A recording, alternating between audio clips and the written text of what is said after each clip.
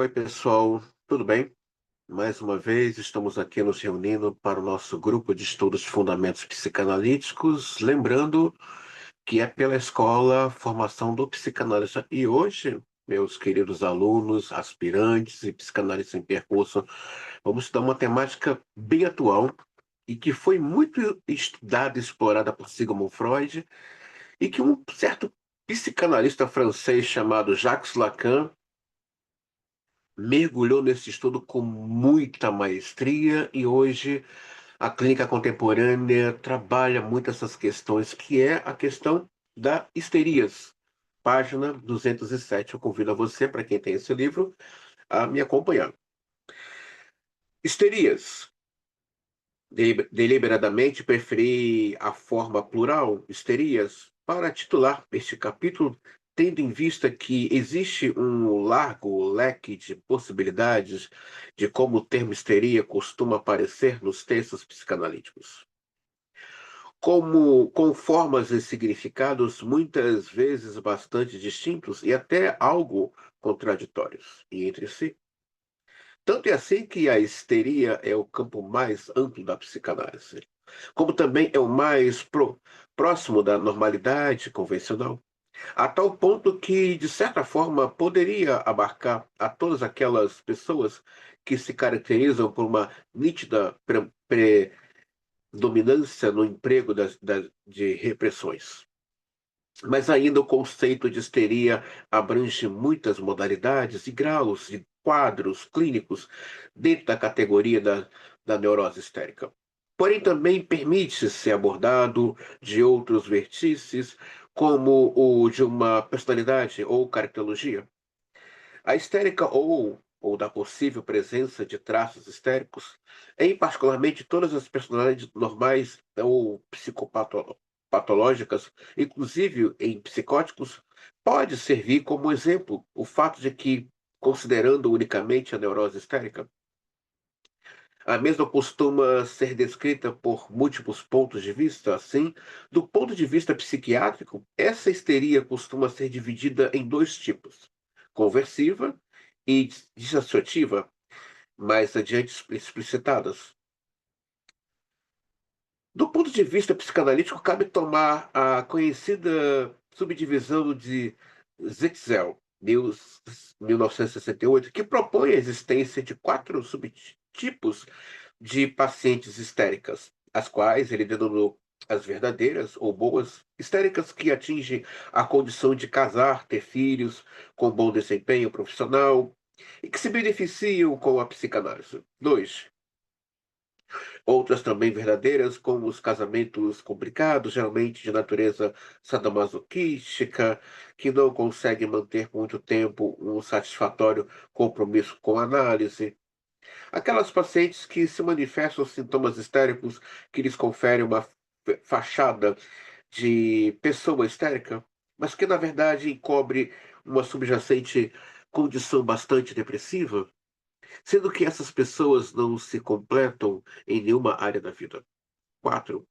As histerias, presentes em personalidades muito mais primitivas, sendo em, que a sua extrema instabilidade emocional justifica a antiga denominação psicohistérica. Segundo Zetzel, a indicação de psicanálise para as duas últimas formas de personalidades histéricas, especialmente a última, seria muito discutível.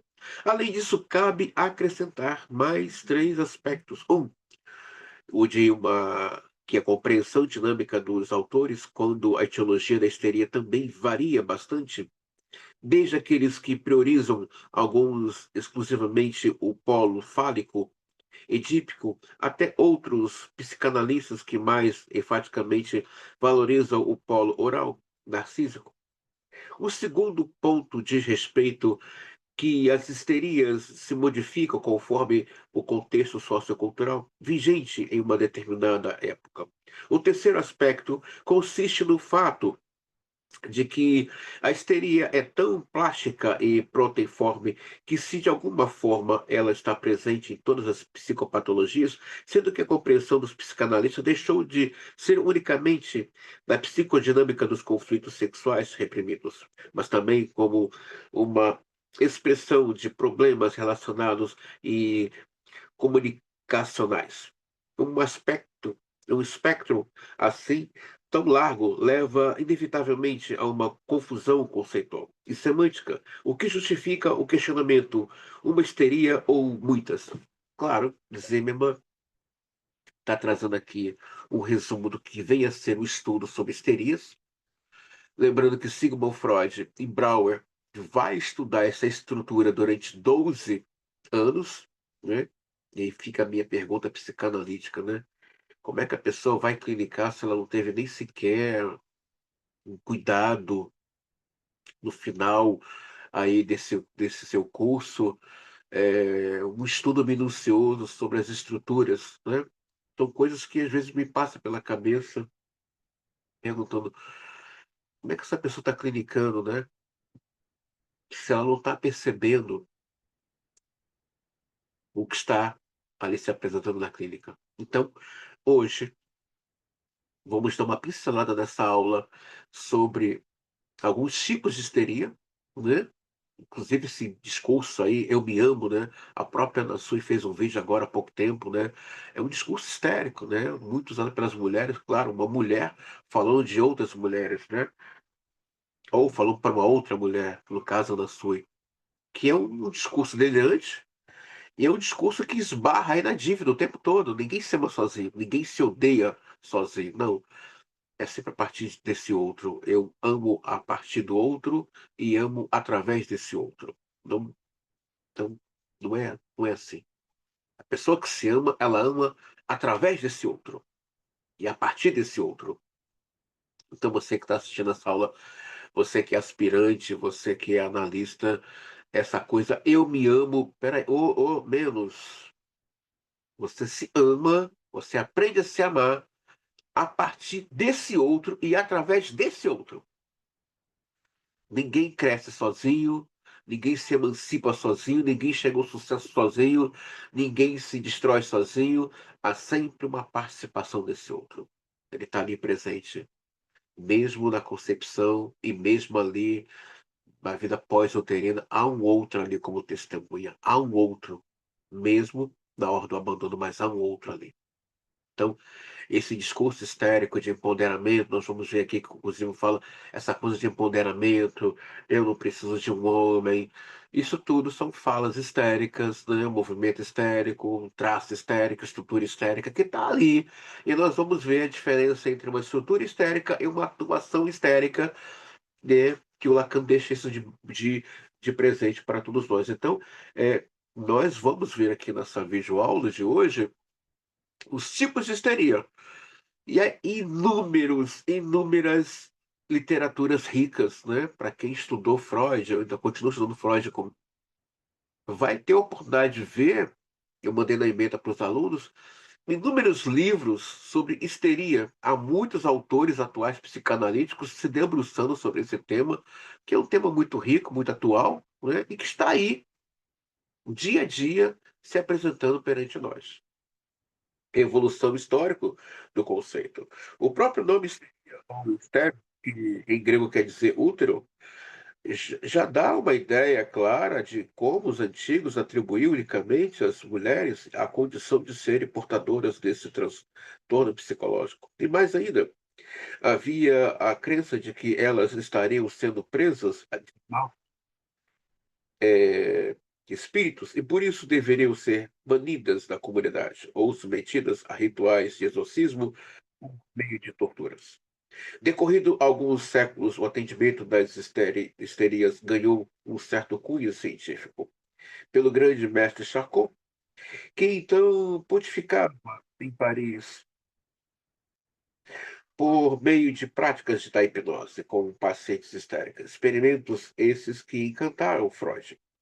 e motivaram o prosseguimento da investigação e prática clínica com pacientes histéricas. Na época em que Freud publicou os estudos sobre histerias, em 1895, quando ele recém estava esboçando as suas ideias psicológicas ligadas ao dinamismo do inconsciente. A comunidade médica ficou chocada porque até então a histeria era considerada uma doença degenerativa que seria causada principalmente pela sífilis.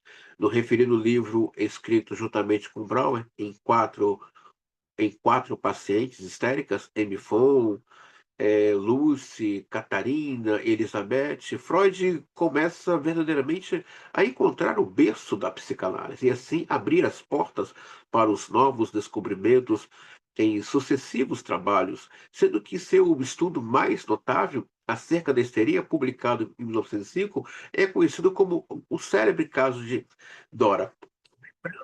Lembrando aqui a você, meu querido aluno, se você está assistindo essa videoaula, se você está tendo conhecimento do que é psicanálise por aqui ou em outras vias de comunicação, agradeça as histéricas de Freud. Tem um livro chamado As Mulheres de Freud. Se quem puder ler, eu não sei se no grupo do Telegram tem esse livro lá, eu não sei, mas eu posso dar uma olhada se alguém quiser. Mas quem puder comprar esse livro, essa obra literária, compre As Mulheres de Freud. Vai ali narrar um quadro histórico dessas quatro pacientes do Freud e como foi o final de cada uma delas. Então, deixa essa dica aqui para vocês, tá bom, gente? E vamos caminhando aí, tá bom? Então, se existe a psicanálise, agradeça as histéricas de Freud. E vou um pouco mais além.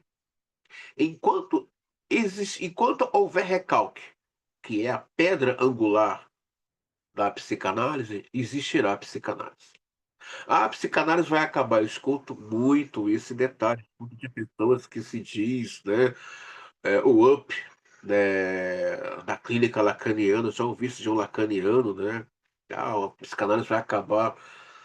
Eu estava no auditório, eu falei, nossa, será que ele entende? Será que ele realmente entendeu o que Lacan falava? Será que realmente ele leu Lacan?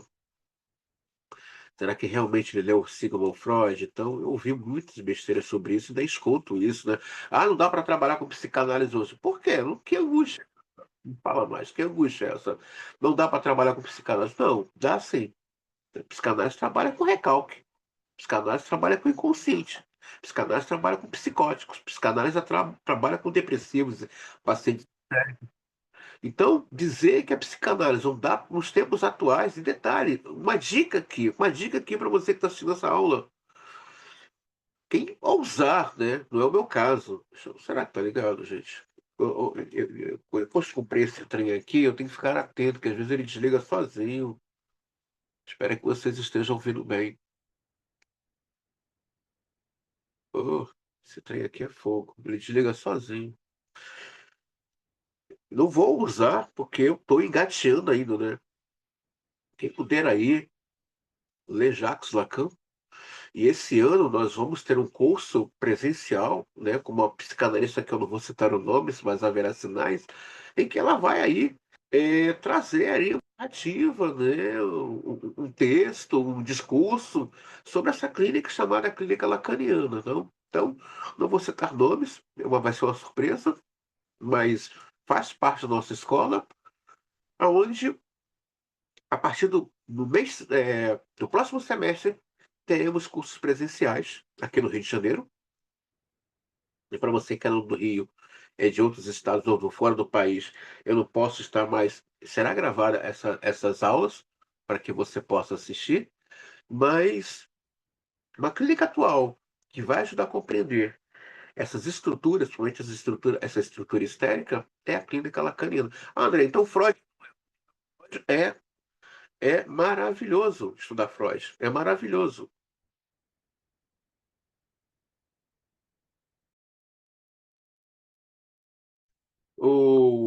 Abraham, seguindo os passos de Freud, trouxe uma significativa contribuição ao subdividir a histerias em dois tipos. Ele considerou respeitável, respectivamente, como o tipo passivo, dependente, e o tipo ativo, que se manifestam em características fálicas e são extremamente competitivos com os homens. Então, vamos deixar claro aqui o que que é uma histérica passiva. É aquela pessoa, né, que dentro aí de um conceito de uma religião é aquela mulher boazinha, obediente ao marido, né, cuidadora do lar, protetora dos filhos. Não, protetora não, né? Tem uma questão ali perversa também dessa histérica passiva, né? Ela não reconhece os filhos. Lembrando que seja passiva, seja a ativa, elas têm uma questão de não ter empatia, afeto. A histérica não consegue se prender a ninguém. Nós vamos ver isso na obra do Freud lá na frente, para quem faz a formação das obras do signo Freud comigo. Ela não se apega a ninguém, a histérica não se apega, não é dela. Então, minha mãe era muito boazinha, muito não sei o quê, não discute com seu pai, não sei o quê. Isso é a histérica passiva. Já a histérica ativa, muitas vezes, é uma empresária, é uma policial, é uma, é uma tenente-coronel, ela tem uma questão fálica ali muito séria, muito forte, e ela sim compete com a figura masculina. O porém, que as duas aqui estão. Tem uma coisa bem aqui gritante com elas, eu quero deixar isso aqui para você. A histérica passiva e ativa está longe do feminino, e o feminino não está em guerra com o masculino, e nem tampouco a questão da figura. Não, feminino, muito pelo contrário, quer acolher esse homem, quer despertar nele o seu masculino. Então, dizer que a histérica ativa, essa que está aí, ponderada, trabalhando, fazendo dinheiro, né? Que está aí nos grandes escalões da liderança, dizer que ela é uma feminista, não, não é feminista. E nem tampouco chega perto do feminino. Então, por favor, você que está assistindo essa aula, guarda bem isso com você. A estrutura histérica, ela é empoderada, não sei o quê. Tudo bem, ela pode até desenvolver essa discussão, independência financeira, mas dizer que ela tem uma questão ali da fêmea, não tem. E se você conhece alguém que queira conversar comigo sobre isso, eu estou aberto à discussão. Já o Reiki, né? 1933, a quem a psicanálise deve o estudo do caráter, descreveu a personalidade fálica narcisista que ele considerava como constituído uma categoria psicopatológica própria, situada em um lugar intermediário entre a personalidade obsessivo-compulsiva e a histeria. Na atualidade, essa denominação de fálico narcisista que caracterizava, sobretudo, uma forte agressividade viril. Caiu em desuso e suas características clínicas foram absorvidas dentro da categoria mais ampla de caráter histérico. Melanie Klein esvaziou a importância da genitalidade, da histeria, ao sustentar enfaticamente a arcaica etiologia oral dos conflitos e ela inerentes, assim, valorizando sobretudo as angústias paranoides e depressivas da criança em relação à mãe. Assim, para que a escola kleiniana, a histeria seria uma organização defensiva contra a psicose subjacente. Green, que quando fala que Green, é o André Green, tá, gente? É um psicanalista também francês, tá bom? Também destaca o aspecto defensivo da histeria, porém ele considera que esse escudo protetor representado pelo caráter exibicionista e histriônico, típicos do histérico, visam, sobretudo, a protegê-lo contra seus núcleos depressivos, com vistas a equilibrar a sua autoestima, que sempre está ameaçada, porquanto, no fundo, a pessoa histérica é extremamente frágil e instável. Sim! Sim! A figura histérica, seja ela como diz aqui, né, o Abraão, seja ela no tipo passivo e ativo, ela é sensível, ela é, ela o tempo todo ela é contraditória, como está aqui, né? É muito frágil a estrutura, instável. A histérica, ela é instável. Ela não sustenta o discurso por muito tempo. E essa questão do sentimento para ela é o calcanhar de Aquiles. Amar para a histérica é complicado. Agora, fantasiar o amor, né? Até porque ela não se permite ao romance, a histérica não se permite, mas ela tem muitas fantasias. Ela entra muito naquilo que o Winnicott fala. O Winnicott, eu não sei se o Férez fala isso, ela entra muito nessa questão do ludo, né? Essa coisa da fantasia, ela fica fantasiando, né? Um tipo de amor, contos de fada, histéricas. Quem entender de seria, olha os filmes, os desenhos e os filmes de contos de fada. Você vai entender um pouco a área histérica, né? E é instável, né? É muito difícil você ver alguém que tem essa estrutura, você passar um mês com ela centrada. Ela está sempre oscilando, tá sempre ali oscilando, né? Uma hora tá bem, uma hora tá de mau humor, uma hora tá querendo uma coisa, outra hora não tá querendo aquela coisa. Então, é muito difícil, né? Estar ao lado de uma pessoa que compõe essa estrutura, né? Então, é preciso ter aí uma base de conhecimento psicanalítico para saber lidar com a estrutura histérica, né? Para saber lidar aí, né? Com esse universo que às vezes as pessoas falam: "Pô, mas quem é essa pessoa que uma hora parece ser tão determinada, parece ser tão segura, parece ser tão firme, de repente ela está oscilando, fala uma coisa, faz outra." É aquilo que o Lacan fala, né? Lacan tem uma fala tão maravilhosa, um discurso cheio e um discurso vazio.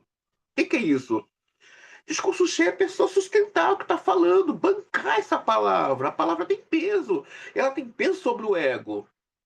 Então, uma pessoa que não sustenta a palavra tem discurso vazio, ou seja, não está em harmonia com o texto, não está em harmonia com a palavra, com o discurso. Está em desarmonia. Então, é aquela pessoa que você fala assim: pera, mas você não tem palavra, não tem realmente palavra. Não tem logos. Está endividado. É aquilo que a Ana Sui fala. Esse amor que a pessoa fica falando aí, eu me amo, é um discurso delirante, endividado e dividendo, né? Porque a histérica ela deve muito, ela é capaz de pegar as oportunidades, seja a ativa ou a submissa, né? E jogar pela janela. E depois ficar lamentando: nossa, perdi isso aqui? Sim, perdeu. A histérica ela tem essa coisa, né? De pegar a oportunidade que pode levá-la a uma felicidade pessoal humana, né? Prefere muitas vezes jogar pela janela. Então, se vocês lerem o relato do caso de uma das pacientes do nome, ela se tornou uma poeta no final da vida e ela narra um poema que, se você não conhece a estrutura e não leu o relato clínico do Freud, você se encanta com o texto dela, onde ela diz que ela morre virgem, essa paciente, não estou lembrado o nome, tá, gente? Mas se eu lembrar, eu vou colocar no grupo para vocês. Ela relata que amou, mas não foi amada. Mentira. A histérica bancar, sustentar algo que envolve a pressão, no caso a palavra, e no caso o afeto, para ela é problemático. Então a melhor coisa é a fuga, é fugir. A histérica não sustenta. Não sustenta. Para ela é muito conflitante esse lugar da pressão, esse lugar de ter que sustentar a palavra, sustentar aí o afeto. Sim, esse afeto de afetar e ser afetado envolve pressão, envolve compromisso, envolve responsabilidade, envolve palavra. Isso para a histérica é muito complicado. É muito complicado. É muito. é estável, né? Faz parte da estrutura dela, e outras pessoas às vezes pi- é, colocam rótulos na pessoa, né? Por não conhecer. Nossa, essa pessoa é estável, é vacilão, é vacilona, né? Essa pessoa não sabe o que quer. Você pode estar diante aí de uma estrutura histérica. Lacan retorna a Freud, mas ele o faz postulando que não é o pênis como órgão anatômico que a histérica busca de forma afanosa, mas sim o falo, símbolo do poder que comumente, mas não exclusivamente, a criança atribui ao pênis do pai. No imaginário da criança, o falo designa justamente aquilo que falta à mãe, que venha ficar representado no seu ego com uma ausência falha, falta, e por essa razão ela pode passar a vida inteira acusada por desejos e demanda por preencher esse vazio imaginário. Em resumo, na atualidade, à medida que se escasseiam cada vez mais as histerias com sintomas dramáticos nos primeiros tempos de Freud. Em uma proporção inversa, abundam os escritos sobre os transtornos de personalidade histérica. No entanto, os autores não rejeitam essas descobertas anteriores e tampouco deixam de lado o desejo edípico que, com toda a sua constelação de consequências, embora esteja havendo uma crescente ênfase na organização narcisista e da estrutura histérica. Ou seja, ainda existem as histéricas clássicas de Freud? Existe. Existe. Se colocar uma lente psicanalítica e se colocar aquilo que o Lacan fala como o analista está lendo o mundo, né, pela via da linguagem, sim, a linguagem está em toda parte há linguagem, né? Esse óculos aqui é uma linguagem, não é um texto, é uma linguagem. Esse aparelho a quem eu estou aqui produzindo essa videoaula é uma linguagem. Então, tudo isso tem uma questão simbólica, significante, semiótica, arquétipa, mitológica, e tudo isso o analista está lendo, né? Tem que estar. Então, você que está assistindo essa videoaula, você que aspira dentro da nossa escola, conhecer um pouco Lacan, já estou de antemão, né, trazendo aqui para você com muita alegria. Na nossa escola, teremos turma de formação lacaniana, né? Já temos uma professora aí com pós-graduação em psicanálise, está fazendo uma pós também especificamente na clínica de Lacan. Não vou dizer nomes, mas haverá sinais. Então, você que deseja conhecer aí a clínica lacaniana, já estou aqui abrindo uma margem aqui para vocês aí se preparar. Quando abrir turma de Lacan, vocês já tem aí é, uma professora especialista nessa clínica. Tipos de histerias, né? Agora vamos entrar, né, nos tipos de histerias aqui que o Zimmermann está nos propondo. E eu falo, há muitos tipos de histeria, muitos tipos mesmo, assim, não são poucos. Né? Dizer assim, não, ainda mais agora, né? Que a gente está vendo uma era tão líquida, tão delicada, né? Os tipos se multiplicaram muito. Agora nós vamos ver os tipos de histerias. Como antes foi frisado, a histeria é tão plástica que, a rigor, pode-se dizer que, de alguma forma, ela está presente em todas as psicopatologias. No entanto, o termo histeria deve ficar restrito para aqueles quadros sintomatológicos e caratológicos que obedecem a uma estruturação própria e que conservam uma série de pontos em comum. A própria classificação nosológica das doenças mentais, DSM, não fica restrita a um único eixo, assim, partindo do eixo um sintomas, psicopatologia. As histerias mantêm a velha divisão dos dois tipos, denominados como conversivas e dissociativas, enquanto que, visto que o eixo 2, caracterologia, transtorno de personalidade, o conceito é mais abrangente. Inclui as denominações de transtorno de personalidades histéricas, personalidade infantil, dependente, personalidade fálico narcisistas, transtorno de personalidade histriônica, histerias conversivas, diz respeito ao fato de conflitos que sofrem uma conversão nos órgãos dos sentidos, cegueiras, surdez, perda do tato, alucinoses, e no sistema nervoso voluntário, contraturas musculares, paralisias motoras, a conversão segue a mesma deformação simbólica dos sonhos, sendo que muitas vezes os sintomas conversivos deixam transparecer com relativa facilidade o conflito subjacente. Um determinado sintoma conversivo pode conter muitos significados, como pode servir de exemplo a tosse que é cometida à célebre paciente Dora, que representava três aspectos: um simbolismo de sentimentos sexuais, agressivos, narcisistas e melancólicos, e uma forma de identificação com a tosse.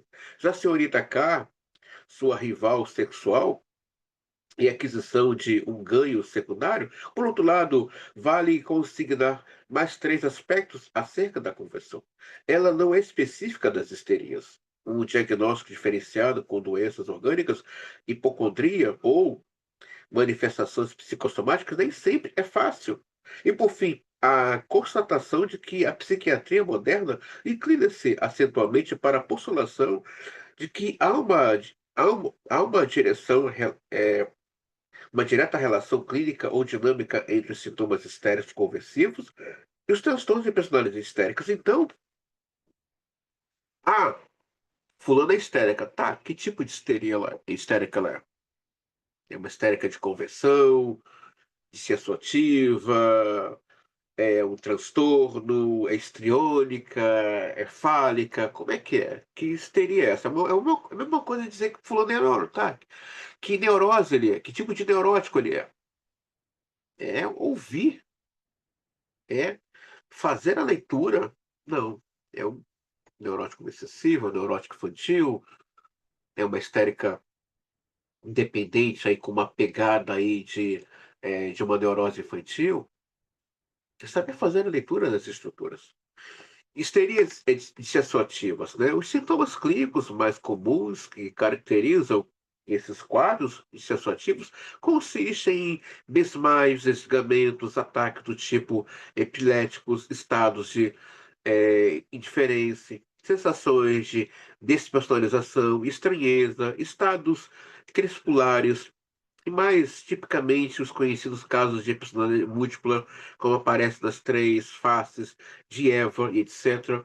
Esses últimos casos deve-se ao fato de que diversas representações distintas coexistem dentro do ego, dissociadas entre si, e que emergem separadamente da consciência de acordo com determinadas necessidades e circunstâncias. Sim, toda histérica fica doente? Não, não. Toda histérica é, desmaia? Não. Algumas vão ter desmaio, outras vão ter apagão, outras vão ter uma mudança de humor de uma hora para outra. De manhã também, daqui a pouco de tarde, tá um bicho do mato. É preciso conhecer bem para não errar na direção do tratamento. Por isso que Freud é, é, estabeleceu ali essa questão do tripé: a análise pessoal, supervisão e o conhecimento teórico, que é importantíssimo. Então, é saber fazer a leitura correta. Transtorno de personalidade histérica. Gabbard, 1992, baseando no DSM, considera útil diferenciar a personalidade histérica de personalidade histriônica, embora às vezes elas suponham-se.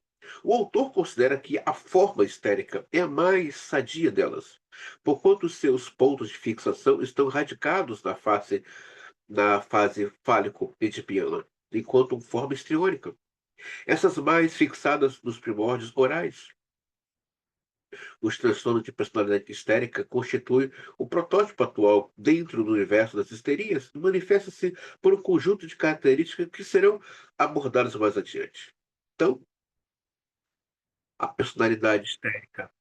o transtorno de personalidade histérica tem uma questão aí com a fase oral, com a fase fálica, tem aí. Ela está presa ali. Que é ali que ela está presa. Transtorno de personalidade histriônica. Esta denominação refere-se a uma forma mais regressiva de histeria, sendo que suas manifestações são muito mais floridas que das histéricas, no ponto de alguns autores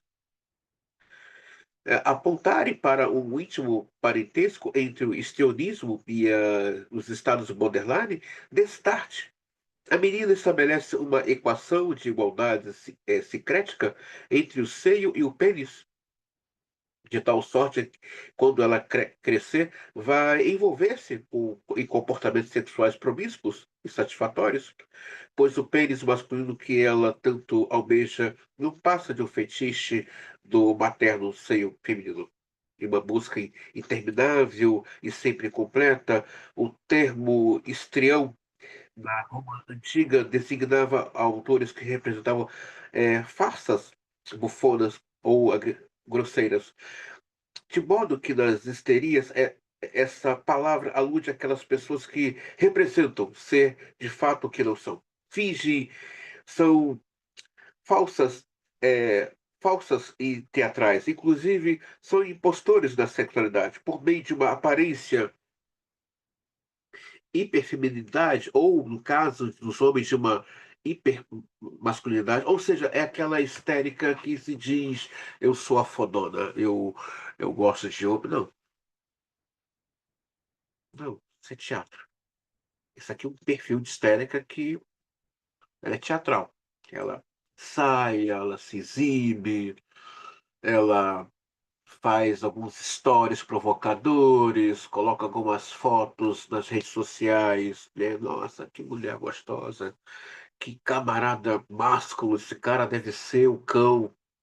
Não, é teatro, questão de sedução, é teatro. Há uma conflitiva ali com a questão do pênis do pai e o seio da mãe. Ela não. Há uma busca na fantasia dela que alguém a complete ou alguém a compreenda ou entenda. É uma fantasia bem edipiana e narcísica, né? Essa coisa da completude. Klein vai explicar isso com muita maestria. E essa coisa de que alguém, claro, a psicanálise nos convida a nos enxergarmos, a nos convida a nos enxergarmos. Agora, quando eu fico nessa dependência que alguém venha me enxergar, opa, tem um discurso bem histérico, bem fantasioso e de uma coisa que não existe. Ah, agora vai. Não, não vai. Não vai, não. Não vai. Vocês estão vendo como é que a psicanálise ela é chata? Ela desmonta algumas fantasias. Nossa, esse mulherão deve ser foda na cama. Esse cara deve quebrar tudo. Será? Será que é? Às vezes é só teatro. Na maioria das vezes é só teatro. O caráter fálico narcisista, né? Nós vamos ver isso aqui agora, que é bem importante ver essa questão dessa mulher alfa, né? Embora essa denominação tenha caído em desuso, alguns autores, como Bleichmar, 1988, fazem questão de conservá-la pela razão de que designa uma configuração típica de pessoas histéricas, sobretudo pelas características de ocupar uma posição de poder, de privilégio, de superioridade, que lhes garanta serem admiradas, reconhecidas como valiosas e que, com a pose de atributos, lhes elevem o nível de perfeição. Uma fixação das meninas nessa etapa fálico-edípica gera uma rivalidade com os homens, frequentemente com o desejo de castração e da morte para com eles. Essa autora faz o interessante assinamento de que o caráter fálico narcisista não deve ser visto unicamente originário de conflitos edipianos, mas também deve ser levado em conta que essa mulher briga porque reivindica o seu direito de ter os mesmos direitos que a cultura concedeu aos homens. Creio que cabe acrescentar que há um risco de rotular uma mulher de fálica unicamente com base em critérios antigos, porquanto o papel da mulher na sociedade moderna mudou completamente. E seria lamentável classificar uma mulher dinâmica, forte, emancipada e determinada como fálico-narcisista. Claro,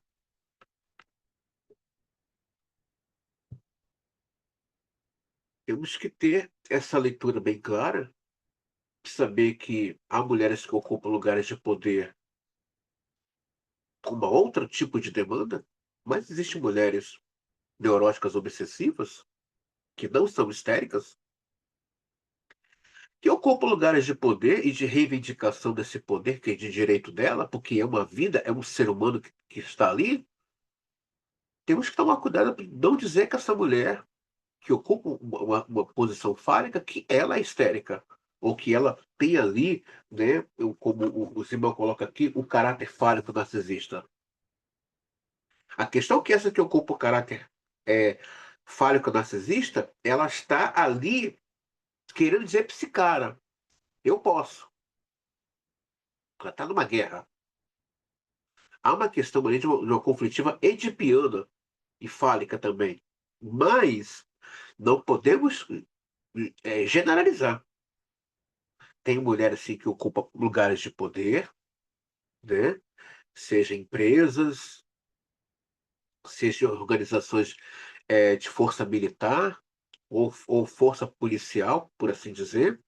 Mas dizer que essa mulher que carrega uma pistola, um fuzil, ela é uma histérica, não, não. Não faça isso. Por isso que eu convido você que está assistindo essa aula, ler e reler com calma esse capítulo. Se puder aí construir uma biblioteca de estudos e de artigos, de livros também sobre histeria, vai te dar um norte de compreensão muito grande. Aí chega, de repente, chega no seu consultório uma advogada bem-sucedida, vai dizer que ela tem uma questão ali fálico narcisista? Não. Cuidado. Pode errar na direção do tratamento psicanalítico. Não, tem que estar atento. Então, você que está assistindo essa aula, eu convido você, deixa eu ver se ele está aceso, tá? A não cometer o erro da direção do tratamento. Pode, sim, existe mulheres, no caso, neuróticos obsessivas, que ocupam lugares de poder sem ser nessa, nessa pegada aí histérica, uma questão fálica narcisista. E está dizendo claro que ela quer demonstrar que eu tenho poder, eu sei mais do que você, eu vou aqui te desbancar. O primeiro objetivo da histérica é desbancar o mestre. O objetivo dela é essa. Seja a ativa ou a passiva, o objetivo dela em si, da sua essência, é desbancar o mestre, é dizer, eu estou por cima de você, eu sei mais do que você. Oi, Freud tem uma palavra muito dura para histérica. Ele chama histérica, estou parafraseando, ele chama histérica de burra. Sim. Nos estudos sobre histeria, Freud, no final da obra, ele diz: a histérica não é burra. Ela é burra. Então tem que estar atento a esses detalhes, muito atento. Não cometer equívocos na hora de fazer uma análise. Personalidade infantil, nos transtornos de personalidade do tipo histérico, o DSM-3, isso é o jogo antigo, os termos de personalidade histérica, histriônica ou psicoinfantil aparecem virtualmente com sinônimos. Logo, as pessoas portadoras de um caráter infantil dependente aparecem aparentadas com uma histeria, embora elas guardem características específicas. Dentre essas características, cabe destacar as seguintes. O comum é a transparência de uma labilidade emocional difusa e generalizada, contrariamente ao tipo fálico narcisista. Essas personalidades infantis costumam ser dependentes e submissas, apresentam demandas regressivas, infantis, oral agressivas, uma conduta social imprópria, com prejuízo do senso crítico. Os desejos exibicionistas têm um caráter sexual menor do que as marcantes histéricas. No entanto, pode desbancar para os extremos de uma pseudo-hipersexualidade ou de uma inibição sexual. E a imitação prevalece sobre a verdadeira identificação, ou seja, tem um lado infantil, né? Esse, quando fala aqui desse lado infantil da histérica, tem aí uma incompreensão, às vezes, do discurso, está falando uma coisa, a pessoa está entendendo o outro, não está conseguindo entender, e você vai escrever, você vai desenhar. Ai, gente, deixa eu ver se esse trem aqui está aceso ainda. Tá, graças a Deus. Você vai desenhar, você vai escrever, você vai mandar um vídeo e não vai entender, não vai alcançar o que você está falando, porque há um lado ali infantil gritante que faz parte dessa composição, dessa estrutura. Então, é muito comum, às vezes, ouvir casais, a pessoa falando, nossa, mas por mais que a gente fale, a pessoa não entende. Não é que ela não entende, não tem como entender. Existe ali um lado infantil. Por um lado, há um exibicionismo de uma provocação, de uma sedução que parece que quer, mas não quer, né? Que vai ao extremo, né? Fazendo exibições de seduções, né? De provocação, de que, nossa, que mulher gostosa, ela deve ser demais. E, na verdade, não é nada daquilo. É apenas um teatro, é apenas um infantilismo exacerbado, né? Buscando um colo, e muitas vezes nem quer um colo, quer realmente perturbar, atormentar e rir de forma sarcástica do sofrimento do outro. O que há de específico das histerias? Não existe propriamente uma especificidade perfeitamente circunscrita nas histerias, até mesmo porque, como vimos, existe uma diversidade de enfoques nem sempre compatíveis entre si. Porém, vale afirmar que há diversas modalidades de histerias podem ser entendidas a partir das identificações de cada uma dessas pessoas, bem como da predominância das fixações, desde as narcisistas até as edípicas.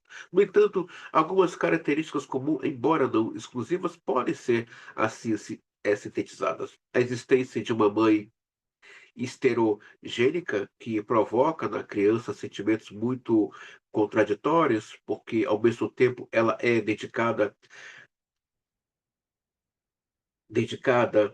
falsa, cobradora, carinhosa, ambígua, usa a criança como uma vitrine sua para exibir aos outros e proteja no filho culpas, responsabilidades, seus próprios aspectos histéricos, enfim, provoca na criança um estado confusional, notadamente no que diz respeito ao sentimento de identidade. Sim, a mãe histérica atormenta esses filhos. A criança não sabe, ela me ama ou não me ama. Ela atormenta esses filhos. Ela deixa confuso essa criança. Então, a criança cresce um adulto, esse menino ou menina, não sabendo quem ele é ou quem ela é. Porque essa mãe confunde. Ela, ela apresenta-se como uma boa mãe. Eu cuidei, eu eduquei. Nada. Está preso uma moral falida. Está preso um discurso vazio. Nada ali é real. É muito fantasioso. Não é real. O pai, no caso das meninas, costuma ser simultaneamente sedutor e frustrador, permanentemente erotizando-as e permanentemente rejeitando-as. A confusão dos filhos pode aumentar no caso que o pai é desqualificado pela mãe, já que o pai é alguém reconhecido como tal pela mãe, é aquele que tem autoridade e exerce a lei no seio da família, o que nem sempre acontece nesses casos.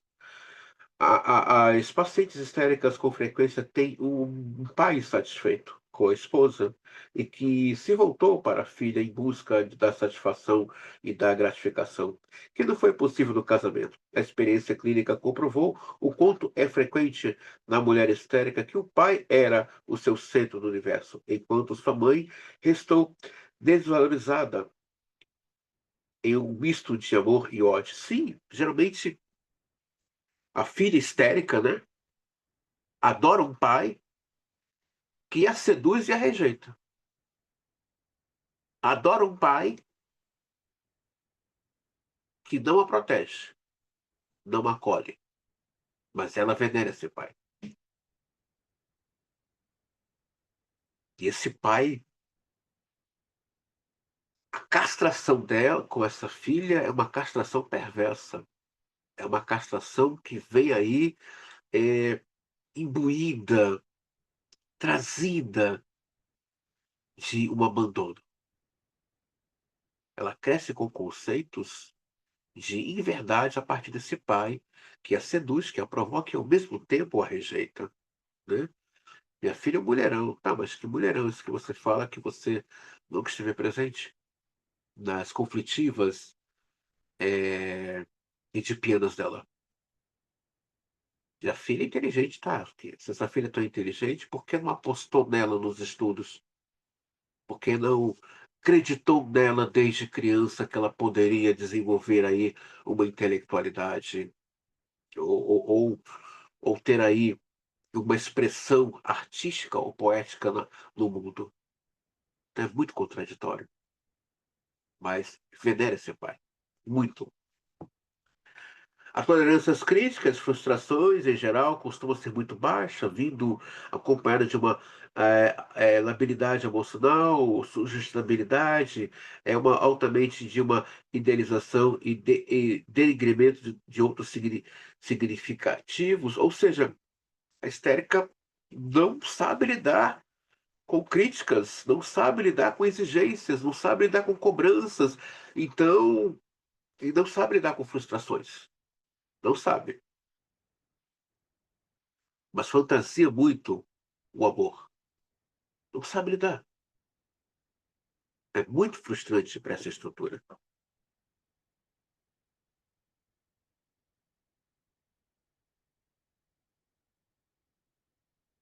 O outro ponto aqui, né, é o vínculo do reconhecimento. Adquire uma enorme importância das pessoas histéricas, porquanto elas permanecem pressionadas pelas suas demandas de obtenção, de provas concretas de que são amadas, desejadas, reconhecidas, valorizadas. Igualmente, há uma demanda por uma aprovação de suas teses narcisísticas ou, muitas vezes, masoquistas. É tão intensa a demanda por um reconhecimento que, em algumas formas de histerias, transparece o egocentrismo e infantilismo, de modo que outro significativo é utilizado unicamente como provedor das necessidades materiais e afetivas, assim como, como não lhes basta ter o amor da pessoa amada, exige ser o centro da vida dessa pessoa.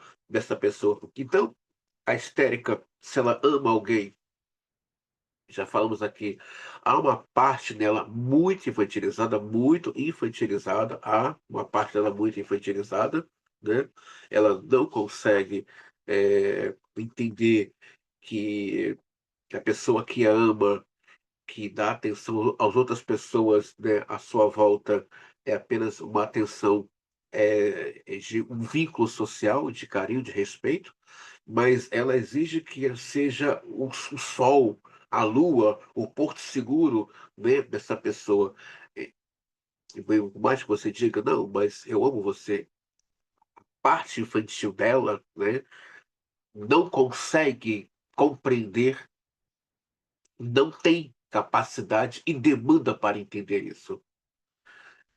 Por mais que você desenhe, ou mande um vídeo, ou você escreva, não há. Não é porque ela não queira, ela não tem capacidade inteligível e consciente de decodificar que aquela pessoa que diz que a ama, ela não consegue dizer, afirmar que ama de verdade. Né? Na prática analítica, embora seja difícil definir como é precisão, algumas referências de ordem técnica que cercam o tratamento analítico com pessoas portadoras de algum tipo predominante de histeria, tal como a extensão das várias variáveis de qualidade, quantidade e de formas de- das manifestações histéricas. Creio que existe muitas coisas em comum entre todas as histerias, sendo que, de um modo genérico, os seguintes aspectos sobressaem. É fundamental a atitude psicanalítica interna do terapeuta, por conta necessariamente, ele deve estar despido dos habituais preconceitos pejorativos que culturalmente estigmatizam as pessoas assim como também ele deve estar preparado para não ficar de imediato envolvidos nas malhas do encantamento que esses pacientes inicialmente provocam. Sim, não é para rir da pessoa que teria essa estrutura, por ser oscilante, por ser estável, por não sustentar a palavra. Não é para rir, é uma vida. Não pediu para nascer assim. Aconteceu alguma coisa no percurso do seu desenvolvimento da sua personalidade. Então, você que vai atender pacientes de ordem histérica, seja estrutural, traço de muitos movimentos, a psicanálise convida para olhar com um olhar mais humano, com mais amor. É uma vida que está ali em sofrimento.